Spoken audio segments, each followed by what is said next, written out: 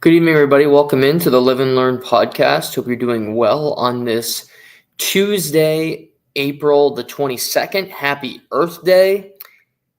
Happy to be live with all of you tonight with so much to dive into, so much to talk about in the world of sports.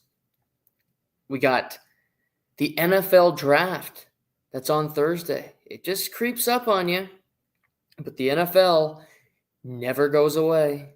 Content galore. We'll talk about it towards the back end of the show. But today's show, we're going to talk about pretty much every series in the Stanley Cup playoffs. Tampa, Florida have not kicked off yet. That'll be tonight at 9:30, which, God, they can't be happy in Tampa that their first 8:30 local. That's garbage, but not doing them any favors, the old TV companies or the local fans in Tampa. That we got that series will begin tonight. It's the only series that has not commenced. Every other series has. We actually have a game two in Carolina starting anytime now. Puck drops. That'll be going on as we are here live. Devils, Hurricanes, game 2. So that's always fun to be able to do two things at once. Listen to me and also watch a playoff game at 7 p.m. on a Tuesday. I'm not complaining. I went to bed at like 2:30 last night watching games. But we're going to get to last night's games because last night was special. Special. We're going to save that. On Sunday evening, there was a hockey game in Toronto, Ontario, Canada,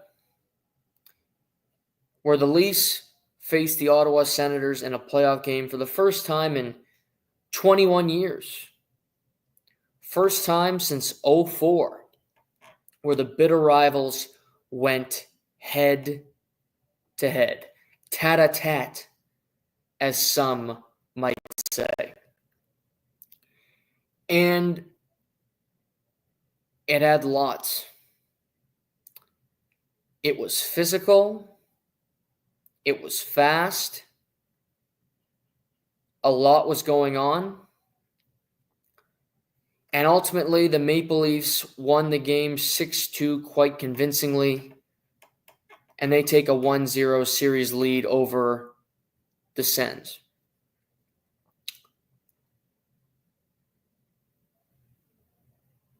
First off, I think Toronto needed that performance. They came out in that game with something to prove to themselves, but I also think to the fan base that loves the team, but also, for good reason, lacks confidence in the team because of years and years of disappointment and failure.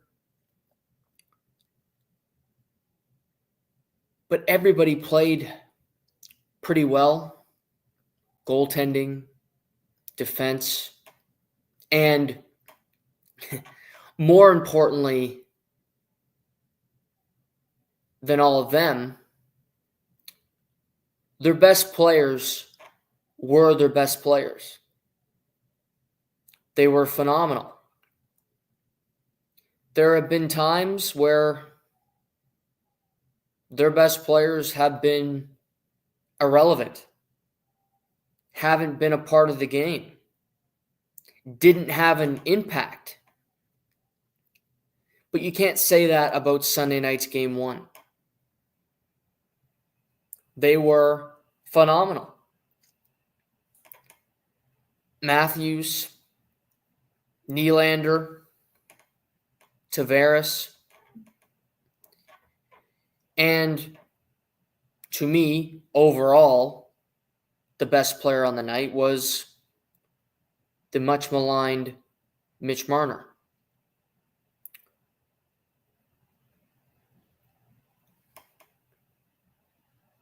It was a game where Toronto looked dominant and Ottawa played like a team that had never been there. didn't know what to expect, didn't know what they're walking into.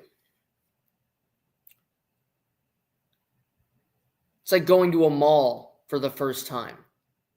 You hear all these good things and you walk in, you realize it sucks.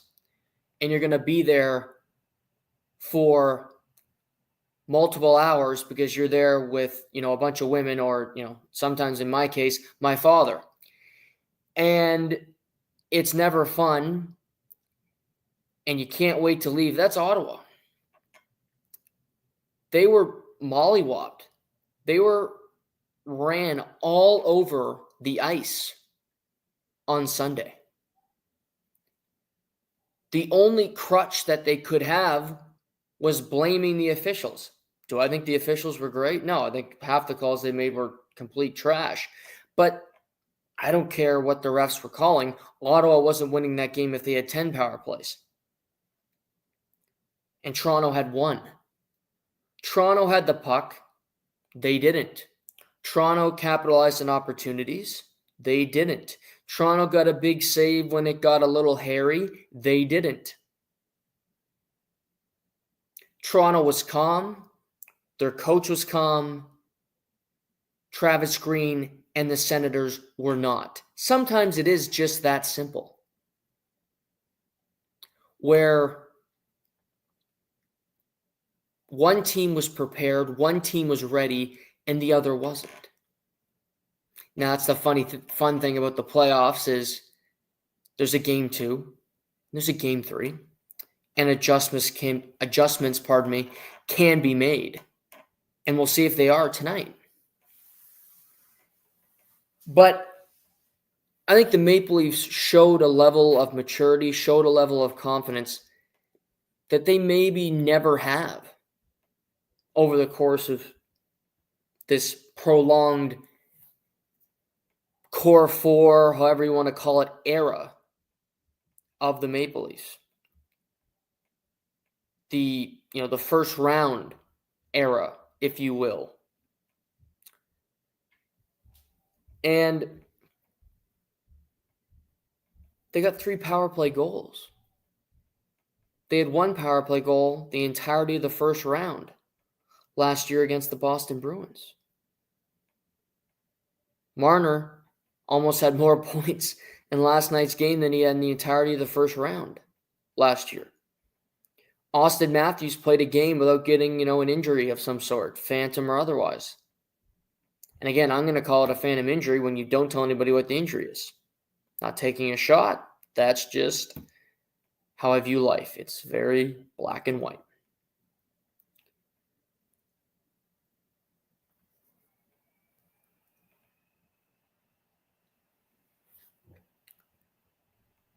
Toronto should win this series. We all know this. But they should have won series in the past.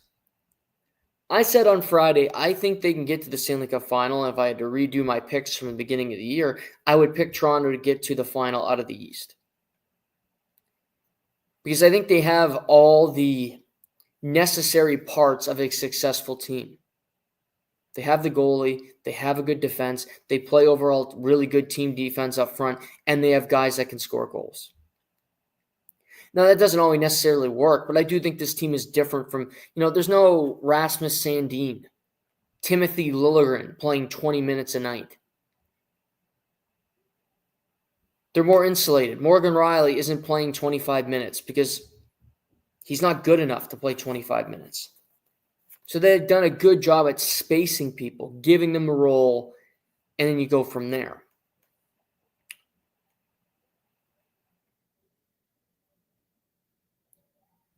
I was impressed by a lot of guys.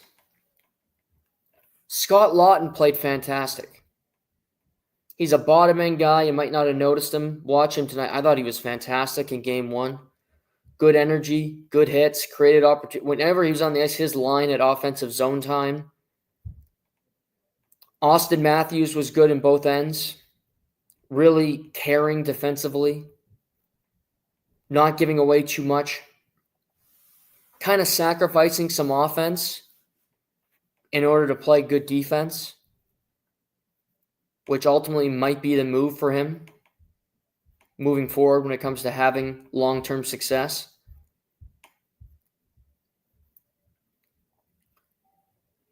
Mitch Marner.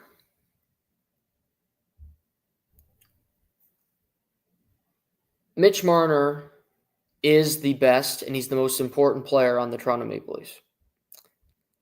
People might want to say that's not true because they don't want to pay him the money, whatever it might be. Facts don't care about your feelings, and it's just a fact that he is.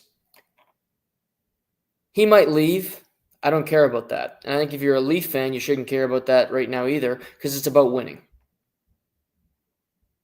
And not winning a round, but winning potentially 4. If he's playing at this level, he's one of the best players in the game, period. Is he that guy in Edmonton? No. Is he Draisaitl? Probably not. Is he McKinnon? No, but he's right below them. Right below them.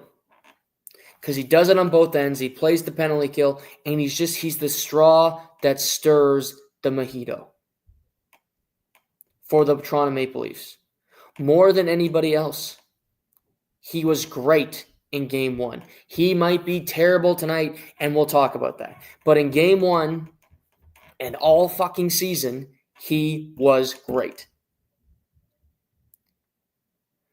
I think if you're Toronto, to get into the weeds of how the game went, Ottawa, and this is always fun, I love a big hit as much as the next guy, let me tell you. That hit in the Winnipeg game last night, Logan Stanley, phenomenal. Typically, if you finish a game and you have more hits than the opposition, you lost the game. So it's not really, it's kind of having more hits. It can be a bit deceiving. It's kind of like plus minus. Plus minus is obviously worse. It's the worst metric. It's the worst thing that you could use as evidence as to why anything's positive in any sport. But hits are right there. I'd rather have 8 hits that just took a guy's head off, that he doesn't even have a jaw left, than have 50 and go, yeah, we had 50 hits last night. Oh, what's the score? We lost 4-1. Who cares? Who had the most hits then? Ottawa, they like throwing hits. And who can blame them, really? It's fun stuff. You know how many hits they had in Game 1? 56. 56 hits in Game. That's impressive. That's a lot. They were aggressive the whole night. Even when the game got out of hand, they were physical.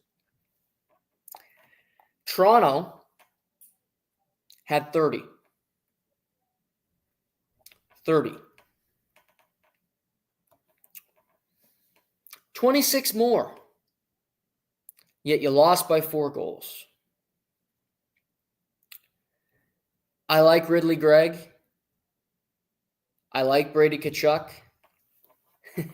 Drake Batherson even got in, the mix a little bit. Good on him. Scored a goal. Nova Scotia native. But guys, if that's going to be the series where you're running around chasing a hit and they clear the puck out of the zone and they go down the other end and then it's like draw a penalty and score, Toronto will take that every day of the week. Any team would with half a brain. I'm not saying don't throw hits. When Toronto didn't have the puck, Max Domi threw some checks when he was on the ice because he didn't play much. But guys threw hits. Don't get me wrong. But going out of your way to say, screw the puck, I'm going to throw a hit. That's no good. That's not going to get you anywhere. It'll get you in Cancun by early next week, maybe, because you'll be out. And Ottawa needs everything to go right for them because let's face it, Toronto's the better team. Toronto has more talent and the better goaltending. There's a lot that has to go right for the Senators to even be in this. But chasing hits when there's a play to be made elsewhere is stupid. Or even worse, throwing a hit because it's a puck battle, losing said puck battle, and then cross-checking a guy in the face. That's truly the worst of the possible outcomes. I think for Ottawa, they need to stay aggressive. Absolutely. But they need to win more puck battles tonight and not settle for second every time. Brady Tkachuk, come out of the corner with the puck. Ridley Gregg, potentially win a puck battle and not have to take a stupid cross-checking penalty. That's a penalty every day of the week. And it's going to get called every day of the week. It wasn't a suspension. I saw some of that. Leaf fans whining about how bad it was. Give me a break. But see, I try to be nice. And I used to be a Leaf fan. But God, maybe it's just the ones from Ontario that I see. Because I've met people from Ontario and they're not, they're not the greatest people. Unless they, vote conservative, then they'll be my best friend. But otherwise, they're not that great. However, it's just, it didn't have to happen. And there needs to be that adjustment of knowing the line and adjusting accordingly. This is what they're going to call. We can't do this.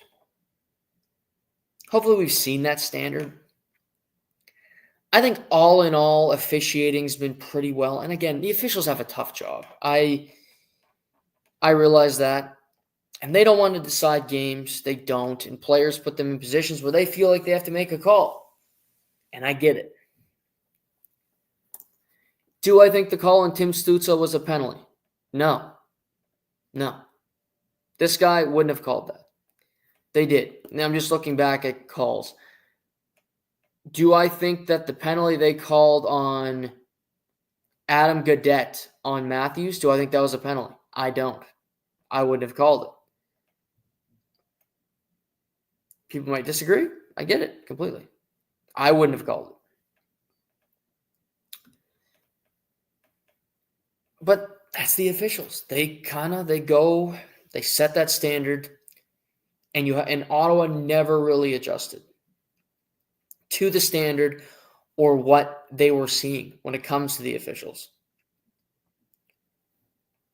But again, they didn't lose Monday night because of the officials. They lost because Toronto was played as good a game as really they're going to play. And they might have 5 more of those in the playoffs. I'm not saying, that's their peak. It'll never get better.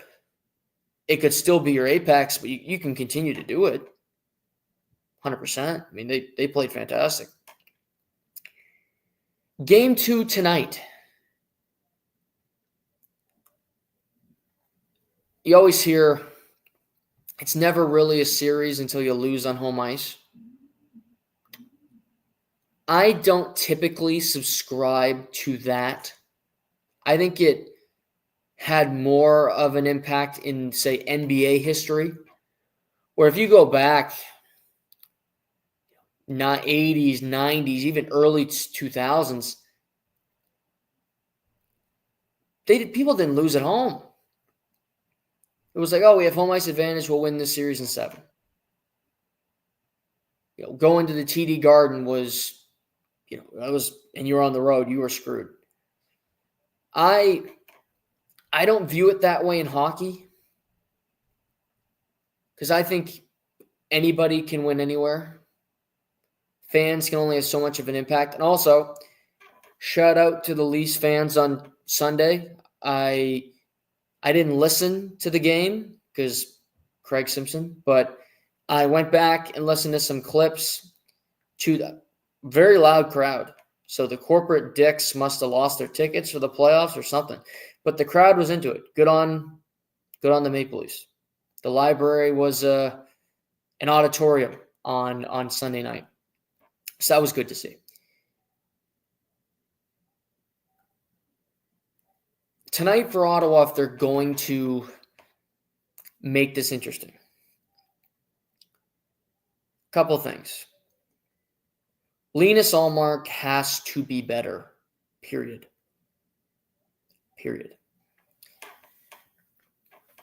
The Ekman-Larsson goal can't go in. Just can't. That's not a good goal. The Nylander goal, the power play, I get it. Matthews was there, and you go, oh, who am I? But you sold out for Matthews and Nylander scores. Not a good goal, in my humble opinion. The John Tavares goal, could have got a piece of it. 3 of 6, to me, bad goals. You give up 3 goals that are bad, you're not going to win anything. So Linus Ullmark has to be better for Ottawa to even have a chance. He needs to be one of their best players. On Sunday night, he was not. He was pretty dreadful. Number 2, play within the whistles and don't cross the line. Tim Stützle was thinking, how many hits can I throw tonight? All these different guys. Shane Pinto, to me, I loved his game. He was my favorite Sen on Sunday night. Other than him, it wasn't great. Giroux was no-show. Stützle was pretty dead. Tkachuk was, he was okay. I like Pinto. Follow his game. See what you can do.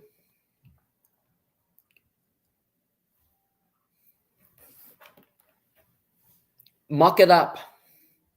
Make it difficult on the Leafs' best players. Get some bodies in front of Anthony Stolarz. Make his life more difficult. That's my advice. That game starts in an hour, just about an hour. Game 2, Game 3 on Thursday back in the nation's capital. I said Leafs in 6. Ottawa didn't put up a whole lot of reasons to be stoked. But it's also one game. I'll put it this way. I think if the Leafs win tonight, the series will be over in fewer than 6. It'll be 5. Ottawa might get 1 at home. But that'll be a road game at home for them with just that crowd and all the Leafs fans that'll be traveling and be paying a cheaper ticket than they would going to Scotiabank Arena. But I really believe Ottawa has to win tonight. And I look at their captain to step up. I think Shabbat's got to be better, and their goaltender's got to be better. Really, the 3 faces of the team need to have an impact and need to play well. Those 3 guys, they didn't in Game 1. And they got blowed out, to quote the great Michael Wilbon. So, Game 2. Game 1 was fun. Good pace. I think I'll enjoy Game 2 tonight. I think the Leafs win tonight, by the way. Okay. So,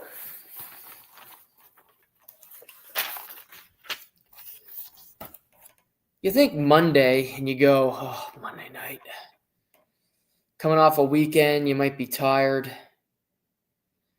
You might just want to do other things. Well, I watched sports tonight. This was quick, but last night was one of the best hockey nights of the year. Period. 4 games. They were all fantastic. The pace of the games last night were obvious if you were watching, different than any of the games so far to me in the playoffs. I loved every second of last night's games. All 4 games were phenomenal. Intrigue in different ways, different outcomes, game winners, overtimes, adversity. And yeah, was I tired at 2:30 watching the Kings and the Oilers? Yes. Was it worth it to stay up? Yeah, probably. Still pretty tired now. But I wasn't going to bed. You start the third and you go, wait, the Oilers got one. Okay, another 5 minutes. Oh, the Oilers got another one. Okay, well, another 5 minutes. And then all of a sudden you go, I'm invested now. I'm not going anywhere. That was phenomenal.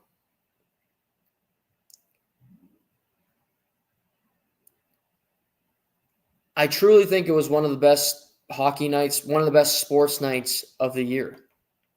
And I think last night's, a big reason why people, including myself, love sports, love watching them. And it was an important night for me just in the sense that I enjoyed watching the games and I didn't think about it in my, through the prism of, the podcast or, God, I would love to, be working there, be part of something here. I just loved the product. And I enjoyed every second of watching those games. It was just awesome for me in that sense. And I just thought I'd share that because if you went to bed and you're like, I finished watching Montreal and then you're done for the night, you missed out on some good games. Let's start in Edmonton. Well, in Los Angeles, but Edmonton and LA.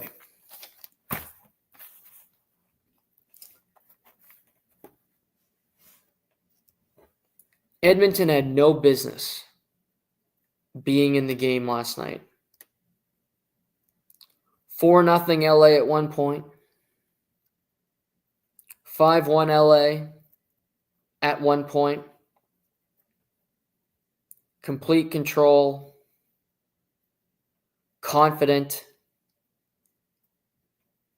And then Connor McDavid woke up, showed everybody he's the best player in the world, and he helped march a comeback, scored a tying goal in the last couple minutes to make it 5-5. Before we get to what happened, McDavid and Draisaitl played together. It felt like they had to. And overall, I look at Edmonton and I go, that's a lipstick on a pig team. You got 2 great players on a average to below average team with not a whole lot of help. With a defense core that, just quite frankly, isn't very good. No Ekholm kills the Oilers. And then guys have to play more, and Josh Brown is playing in the playoffs, taking bad penalties. And Jake Wallman did not have a good game.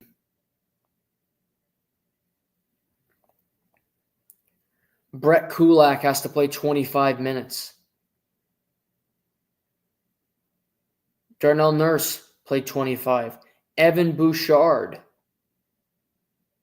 my boy, almost played 30 last night.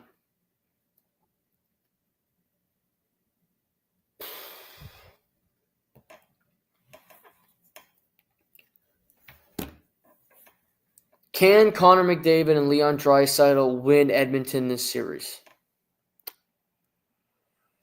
I'm going to say yes. I don't think they will this year, but can they? Yes.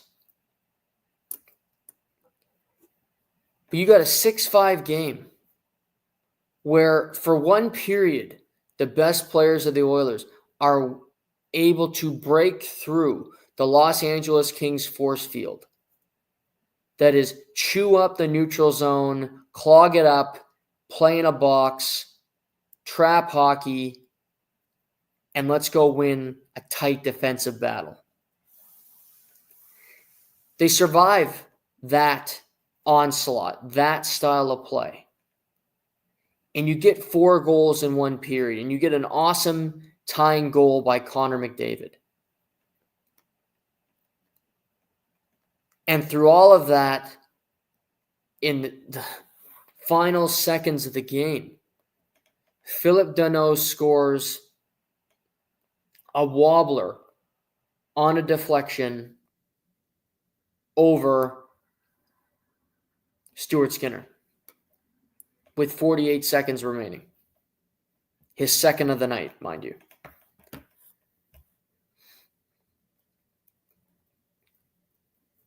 After McDavid puts it all out there, and yet it's still not enough.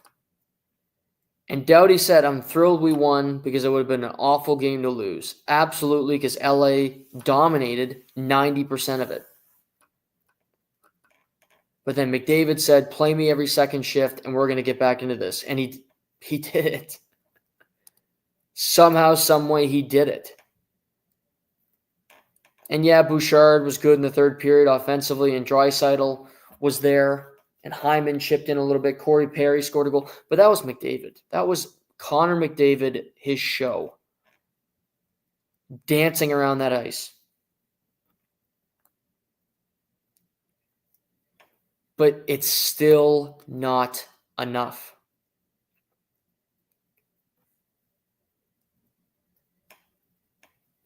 Stuart Skinner lets in 6. Can't happen. To the Allmark point earlier, it can't be 6. McDavid just ties the game, and then with 48 seconds left, Danault beats you on a muffin where he fanned on the shot. That goal can't go in. I'm sorry, it just can't. After what he brought you back from. Was every goal Stuart Skinner's fault? No. Some were power play goals, and you go, God, it's an awful penalty, and they were able to score on them. That's going to happen. That's going to happen. LA was 2 for 5 on the power play. They had the puck. Edmonton didn't. Edmonton was trying to find a way to play their game, and they finally did. Well, one guy did. And it was just a bunch of catch-up. And I'm not talking about the condiment.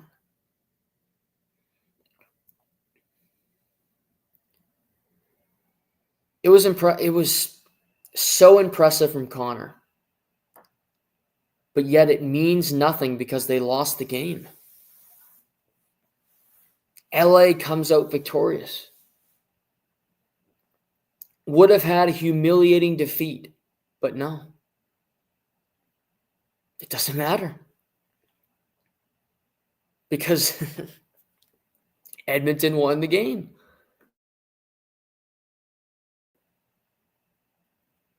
Sorry, LA didn't.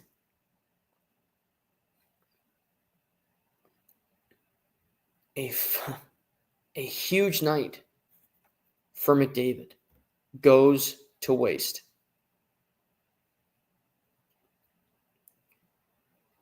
For LA, I think you breathe a sigh of relief. You go, thank God we won that game.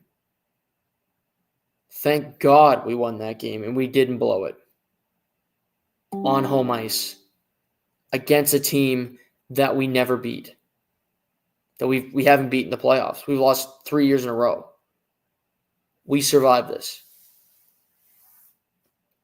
But you regroup, you go, okay, we still won on home ice. We have a 1-0 series lead. We know we're the better team.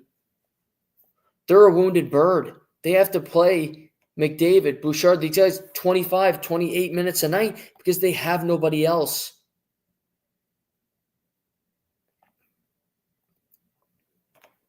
They have no other option. Josh Brown was a defenseman last night for the Oilers. He played 4 minutes and 54 seconds the entirety of the game because he shouldn't be playing. He's not an NHL defenseman, let alone playing in the playoffs. But they don't have depth. They don't have guys that can come in and play. They lost it. Cody Cece's in Dallas. Philip Broberg's in St. Louis. They lost that nice kind of cushion that they had last year on their way to the Stanley Cup Finals.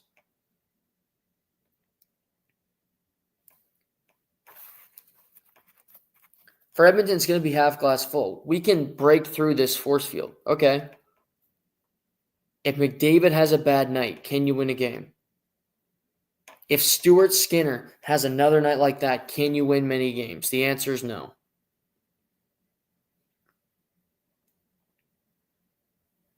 And he's so up and down, you never know what you're going to get from him. I think we see Calvin Pickard before the end of this series, the Fredericton, New Brunswick native. Because you have no choice.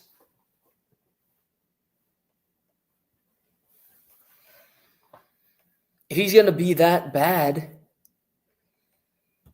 you need to give your team the best chance to win. Game 2, tomorrow night in Los Angeles. Fast pace, 2 good teams, some really good players on display. A lot of pressure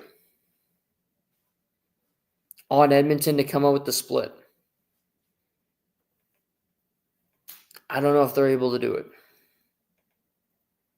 Tough ask. LA's lost 6 games at home all year. All year at the Crypt. I think they'll be better for full 60 minutes in Game 2 than they were in Game 1. You play the way they did in the first 40, we do it for 60 minutes, you're in good shape. You're going to go far.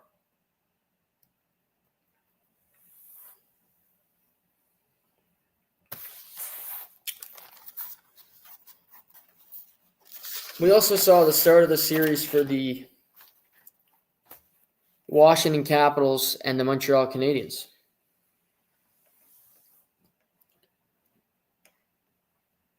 Another really fun game. The Capitals, who won the East, riding high. Coming into the playoffs, a pretty sizable favorite, and they get Montreal. Montreal with absolutely nothing to lose. everything to gain. And early on, Montreal looked timid, looked a little out of place, like they maybe didn't deserve to be there. They were, a 5-year-old kid swimming in the deep end without a parent. Not everybody can do that. I could. I did, but not everybody's me. It's not a competition. It's not a competition. But eventually, as the game went on, despite the fact that Washington is the bigger, more physical team than Montreal, they just continued to chew away a little bit, winning puck battles, using their speed to their advantage, getting quality looks. And what impressed me more than anything was Montreal getting pucks to the front of the net, creating chaos, and capitalizing on that chaos. Both Montreal goals by their best players, Cole Caulfield and Nick Suzuki, and with Lane Hudson assisting on both of them. So they're three best guys. They weren't pretty goals. A bounce where Caulfield puts a puck in the back of the net. A play where Suzuki finds the puck, waits out the goaltender Logan Thompson, and puts it in the back of the net.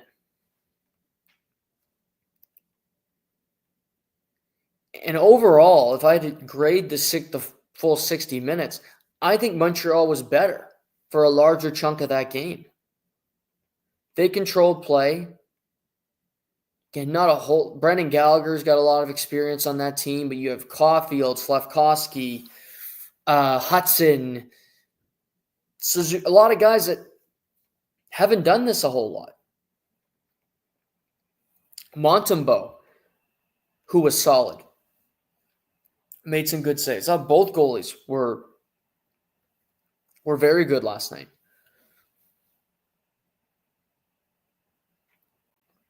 But then there's the grade 8 on the Washington Capitals, who somehow had never scored an overtime winner before in his Stanley Cup playoff career. A lot of games, a lot of goals, Stanley Cup champion, but had never gotten an OT winner. Montreal ices the puck 3 minutes into the extra frame. Laine was bitching because he didn't make a great attempt at it and he got knocked on his ass. It was icing. Shut up. They win the draw by Strome. Beauvillier throws the puck in front to Ovechkin. He swats it out of midair into the back of the net. Washington leads the series 1-0. Ovi, a 3-point night at 39.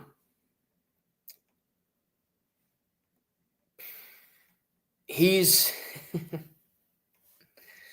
a machine. Still playing top-line minutes, playing with Dylan Strome, who's become an awesome hockey player. Such a great player. He does so many things well, Dylan Strome. He's really the new Backstrom for Ovechkin. And he's playing as well as Nick Backstrom was in his heyday, honestly.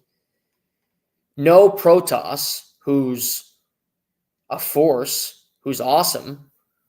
Beauvillier steps in. Beauvillier has a couple points. Scores a goal, gets an assist on the game winner. He was a guy that got at the deadline from Chicago. So a good pickup, already prevailing for the Washington Capitals.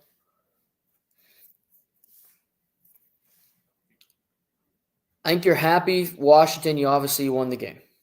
You're at home. You should win at home. Yada, yada, yada.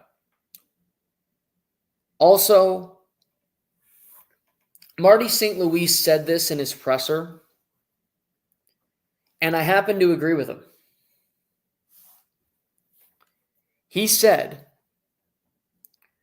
I think we got better as the game went on, and there's a lot of things we did tonight that I think we can carry into Game 2.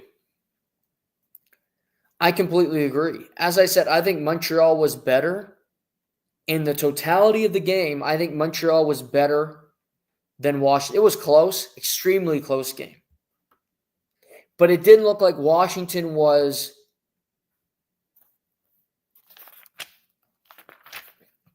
the Globetrotters playing the Washington Bullets. It was very much a back and forth game between two teams that looked like they deserved to be there. And if Logan Thompson made some good saves down the stretch to even push the game to overtime and ultimately ice the puck, and Washington makes you pay. And if you got Ovechkin on the ice and you aren't covering him in front of the net, shame on you. Shame on you. But Montreal's not done in this series. I didn't think it would be a mollywop. Montreal can hang. They play extremely hard, and I give them credit for that. They play their tail off. They come out there ready to go every time, and they have belief in each other, and that's half the battle right there.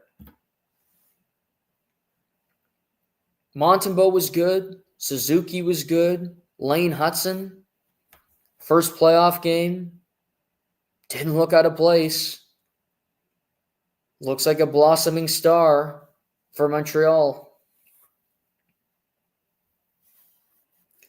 Washington still needs Protas. They're awaiting some forwards, which will help them 100% to have some more depth, to spread it out over their lineup basically. Because the Ovechkin line scored all 3 goals. Ovechkin scored in the power play, Beauvillier scored 5-on-5, and then Ovechkin scores 5-on-5 in overtime. With that top line, Strome, Beauvillier, and Ovechkin were on the ice together for all 3 goals. Tom Wilson had an assist. I thought kind of a quiet night. Wasn't as impactful as he typically is. Chychrun just kind of blended into the game for me. I don't think he was particularly great for Washington. Played his minutes, but if I look at Chychrun and what I expect from him, I don't think he was great. Played 21 solid minutes.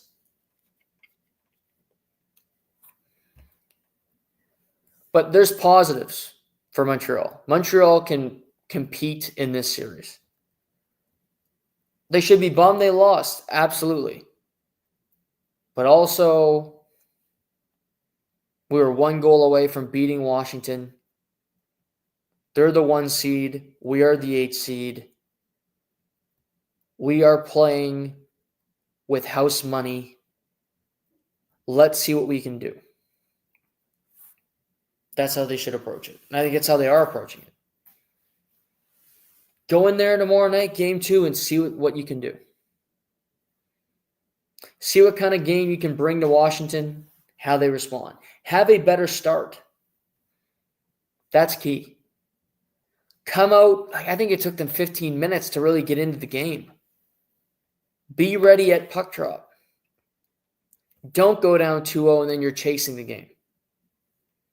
Play from the jump. They'll be okay. Overall, a good night for Montreal. Great night for Ovechkin. And I think that Ovechkin overtime winner last night was as good as Crosby's game winner. The Pens aren't playing. That's a joke. Okay, it's a joke for all the Crosby fans. I get it. Cole Harbor, all that stuff. I like Ovechkin. Sue me. I think he's pretty good, but nevertheless. The final Canadian series to get into. The Winnipeg Jets have a 2-0 series lead against the St. Louis Blues. 2 games in that series that have been cats and dogs. So close. Just minor details separating these two teams. And yet Winnipeg has won them both. Why? They win, say game 1's 3-2, it's 3-2 in empty net. That's a 3-2 game. And then they win 2-1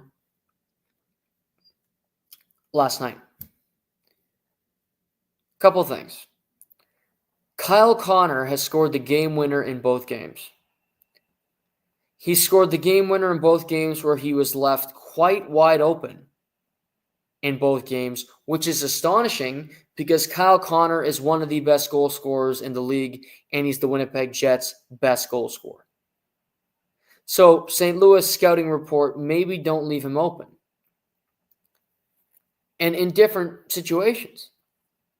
Game 1, he basically pulls off the Ovechkin game winner from his office, wide open on the flank on the right side, and he puts it in the back of the net. I'm watching that game Saturday night thinking, we're going overtime here. Game 1 of the playoffs going to overtime. Nope. Kyle Connor scores. 3-2 Winnipeg, empty netter by Adam Lowry. Ball game. Last night, 17 minutes left in the third period, 1-1 game, back and forth.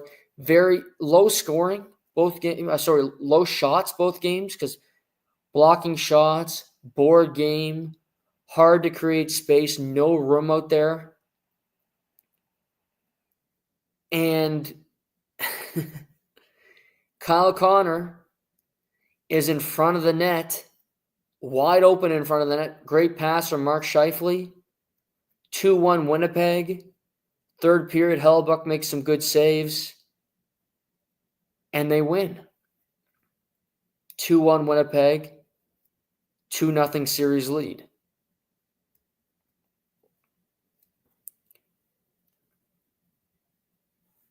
St. Louis has played really well.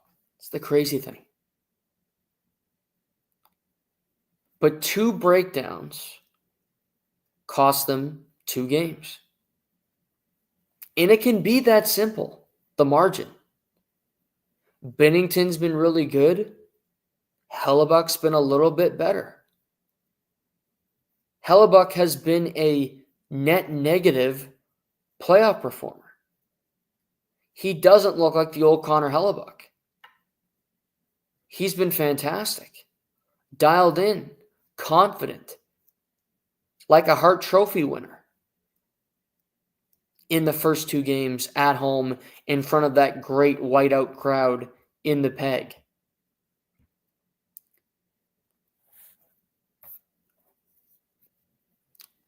The Blues, really quick in transition. They attack. I like that. They're physical. Kyrou got destroyed by Logan Stanley in a huge hit. But again, this game, crazy fast. Crazy. Awesome game. Jimmy Snuggerud, who's hardly played in the league, coming from University of Minnesota, has been awesome.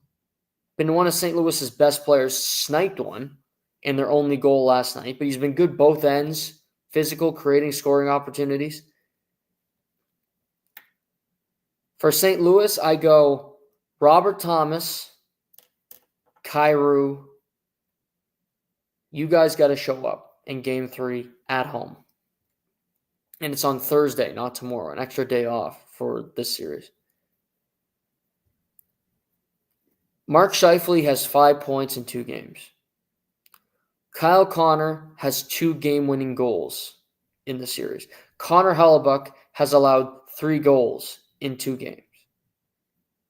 Winnipeg's best players have been Winnipeg's best players and have showed up and delivered.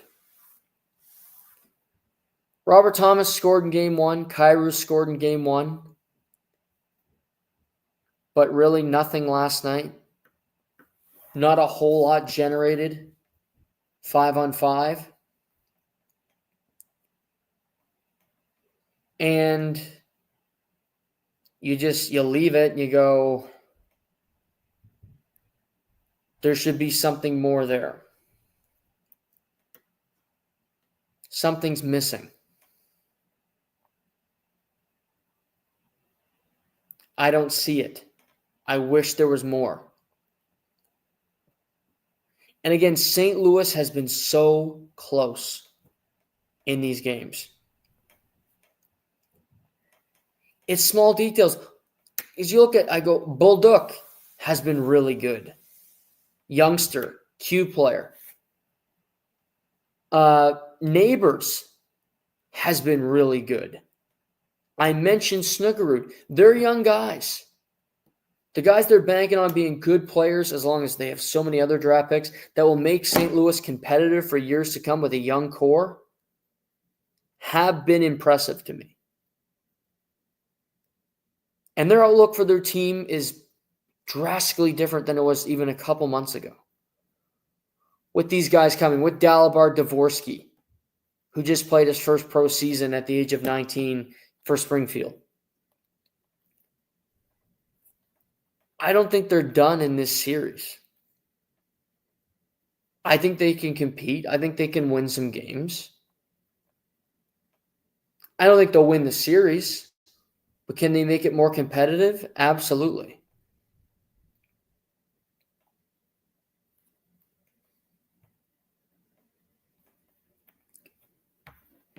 They said Game 3 on Thursday.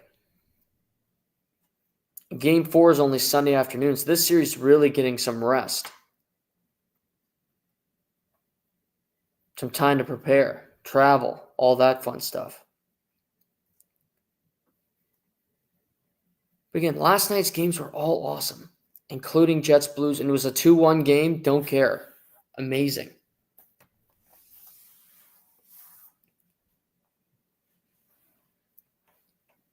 And the final game last night was Colorado-Dallas. Dallas, no Heiskanen. That hurts. Missing some forwards. With the loss in Game 1, they had lost 8 in a row dating back to the regular season. And it was bleak. Let's be honest. You're playing Colorado, a team that everybody likes. Everybody thinks can go very far, including me. And I picked Dallas because I picked Dallas before the season started to get to the Cup final. And I'm stubborn, and I don't like to go back on that. But I'm like, I see Ottinger let in a jury goal, and then O'Connor scores at the end of the second. I'm like, God. Ottinger just can't make a save. Then Dodonov ties up, and we're going overtime. Very close game. Fun game. And ultimately, it's fourth liner. Multiple-time waiver person. Nashville, Chicago, Toronto, Seattle. Colin Blackwell scores the overtime winner for the Dallas Stars, assisted by Cody Ceci and Sam Steele. Dallas gets the split. They win one of their 2 home games. And we're going back to Colorado in the altitude for Game 3, 1-1.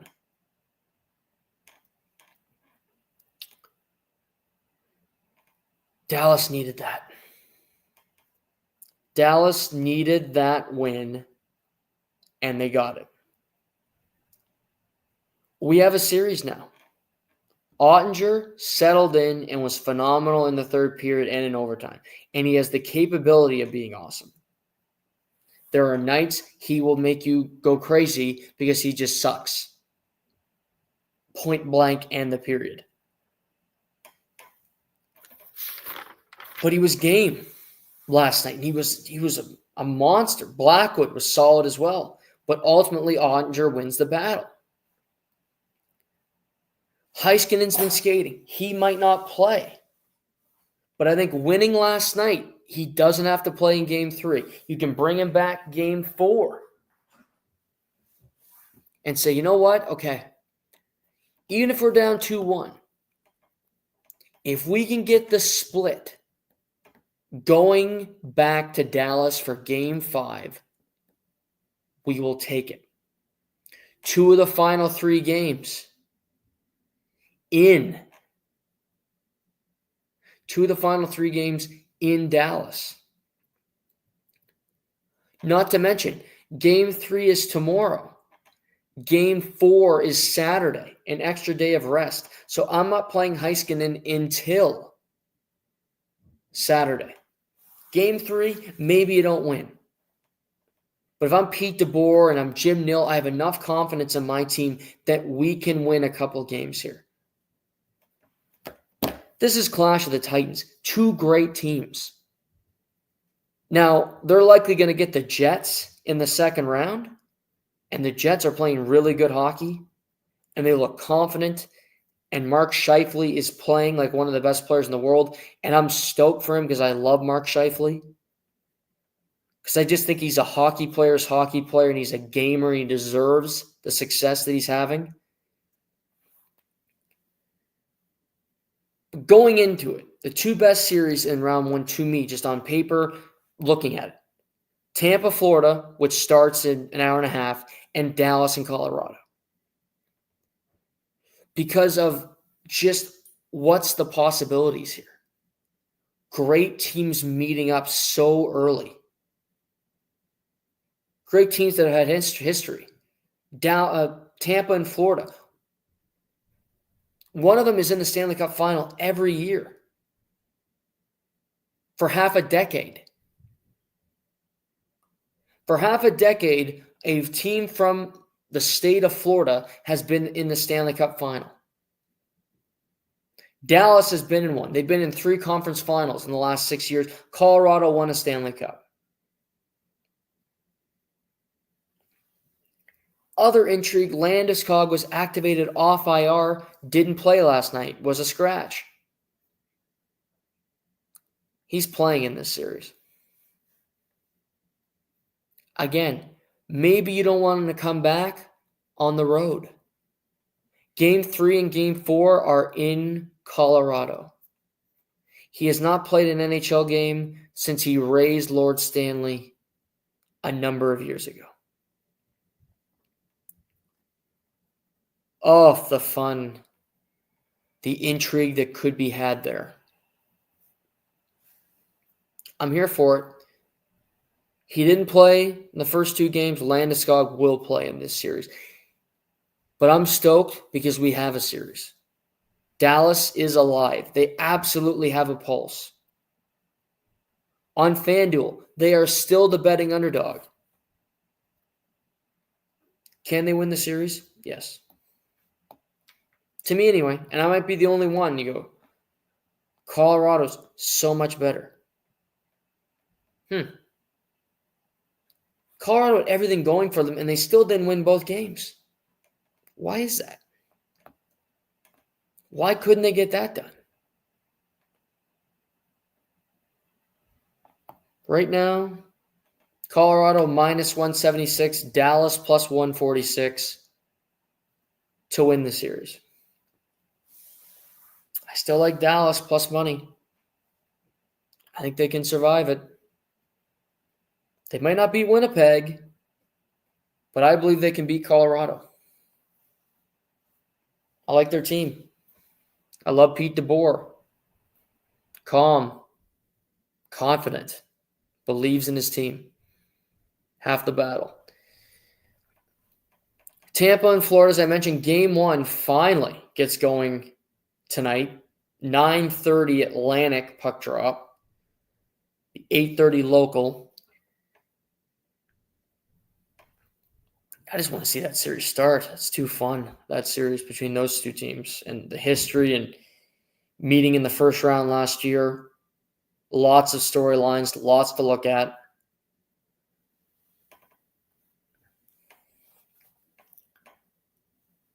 And then you got New Jersey, Carolina, that's currently ongoing. New Jersey leads 1-0 after the first period. Jesper Bratt puts them up by 1. And they're without Luke Hughes without Brendan Dillon tonight. So they're Simon Nemec, Dennis Kowalski, both inserted into the lineup. So some fresh faces. Just seeing Brian Dumoulin played almost 10 minutes in the first period. Good on Brian Dumoulin, who they got at the deadline from the Anaheim Ducks, becoming their number one defenseman on the fly. We'll see what happens there. Carolina won Game 1 5-1 on Sunday afternoon. Okay. Other news in the NHL. Firings. Greg Cronin was fired as the head coach of the Anaheim Ducks. He had 1 year left on his deal. Did 2 of a possible 3-year deal for Greg Cronin in Anaheim. Peter Laviolette fired by the New York Rangers. He's on a 3-year deal, fired after 2, so they have to pay him 1 more year. And then the Seattle Kraken fired Dan Bylsma. This was maybe the most surprising one. He just finished his first year as head coach, had 2 years left. I believe they got to pay him $3.5 million for the next 2 years to not coach. Oy vey, that hurts. So the big announcement so far when it comes to coaches. That goes along with Chicago, that needs a new head coach, and Boston, who also has a vacancy at head coach.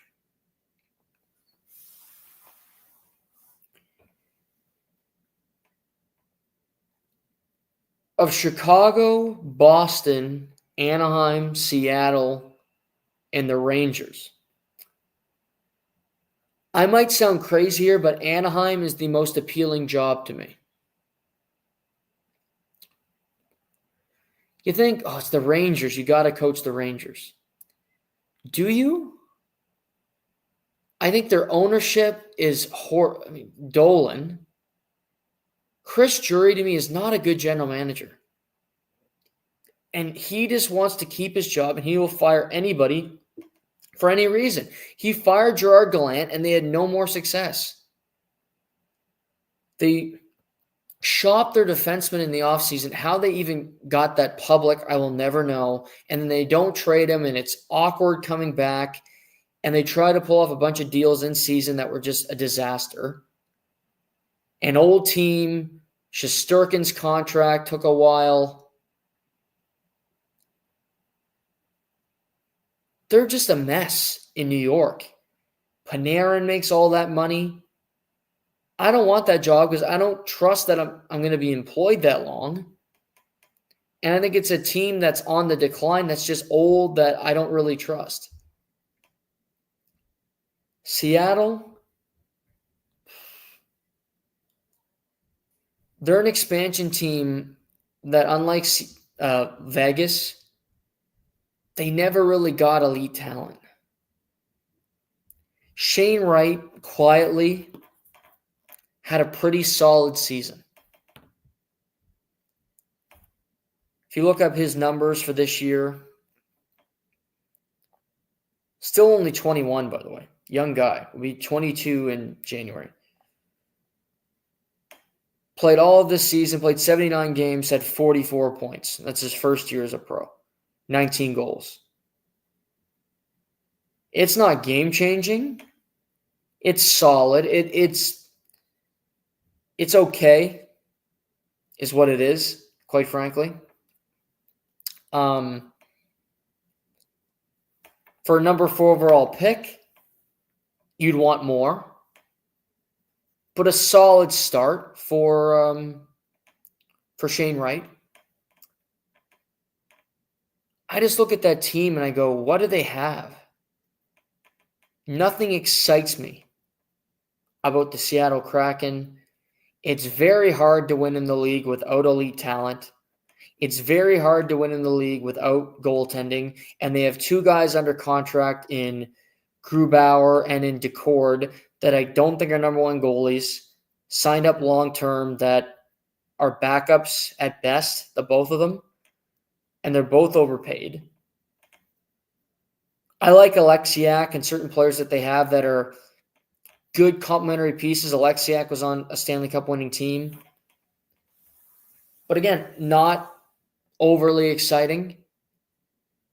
Chicago stinks. Yeah, Bedard, but you go, okay, what else? Not a whole lot. Boston's an old team that needs to get better, and I think it's going to go through some suffering. I think their next coach likely is fired by the time they're good again.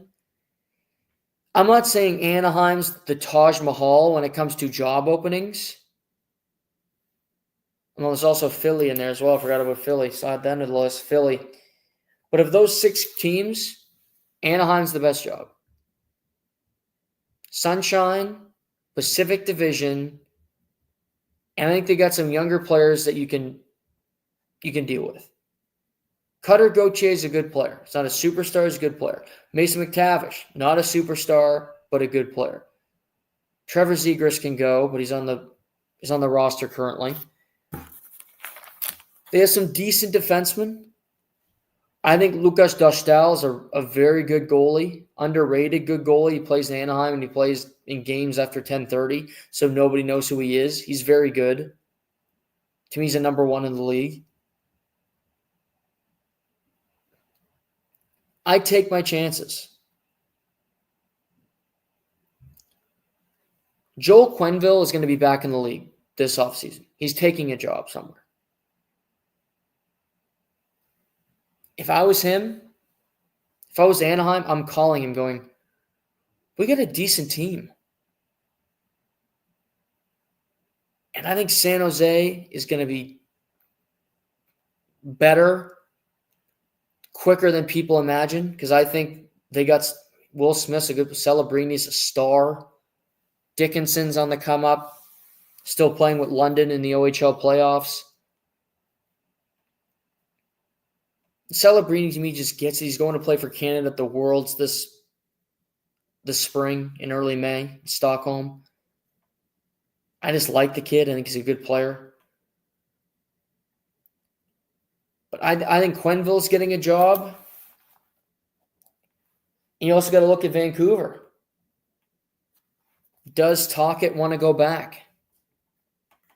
If he does, they have to agree to a new deal because they declined the mutual option, but they said they want him to come back. Does he want to coach Philly? Does he want to go back to Vancouver? Does he like any of the other jobs that are available? Are there openings from a playoff team that loses, potentially, that goes out early? So there could be more as we move forward here. But I think Quenneville gets a job. I wouldn't be shocked if it was in Anaheim. I think it makes sense for both teams. And we got the news today. The New York Islanders have informed the NHL legend, Hockey Hall of Famer, Lou Lamoriello, that they will not be renewing his contract, and they are starting a search for a new president/GM right away. And that search will include Ken Holland, who, according to Darren Dreger, wants to be in the league again after after the Edmonton Oilers told him to piss off last offseason.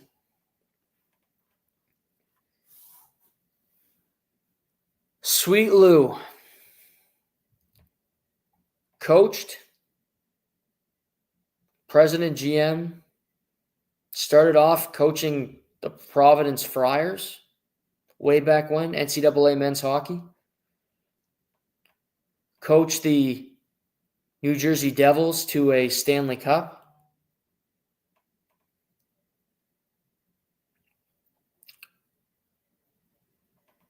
A fantastic career. I think you hear about his policies with everybody having to look the same, no facial hair, you can't grow your hair, and I don't agree with any of that. I'm a person that just agrees with individualism. Having a personality, I don't think everybody is the same. And I think that's just an old way of thinking. And if you're in charge, you have that authority. But personally, I think it's stupid. But he built teams the way he liked them. He built teams that were mean, that were good in the neutral zone, that clogged things up.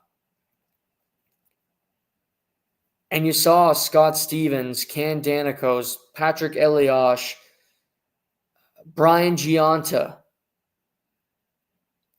Scott Niedermayer, Rob Niedermayer on these New Jersey Devils teams.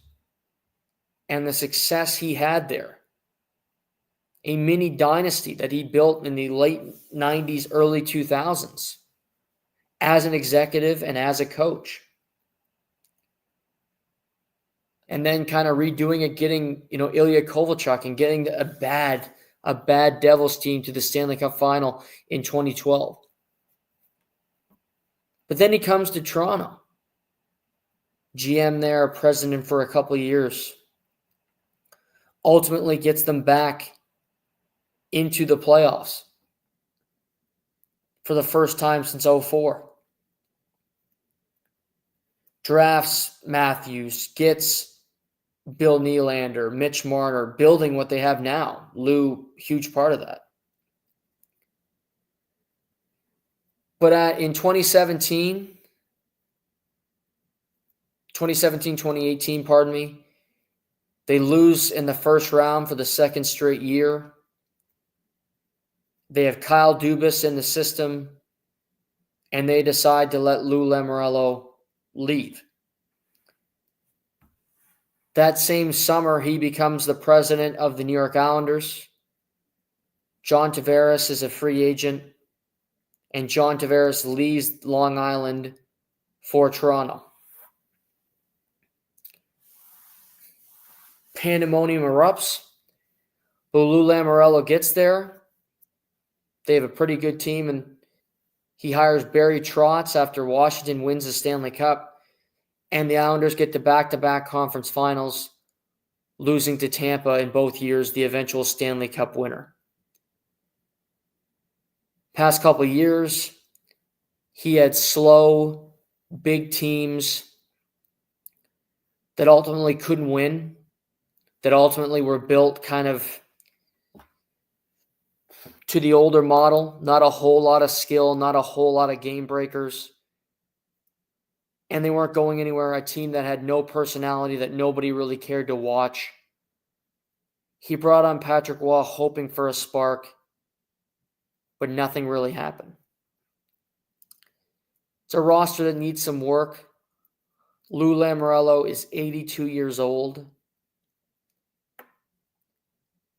And I think this was a salute. This was a goodbye, not only from the Islanders to Sweet Lou, but also the NHL.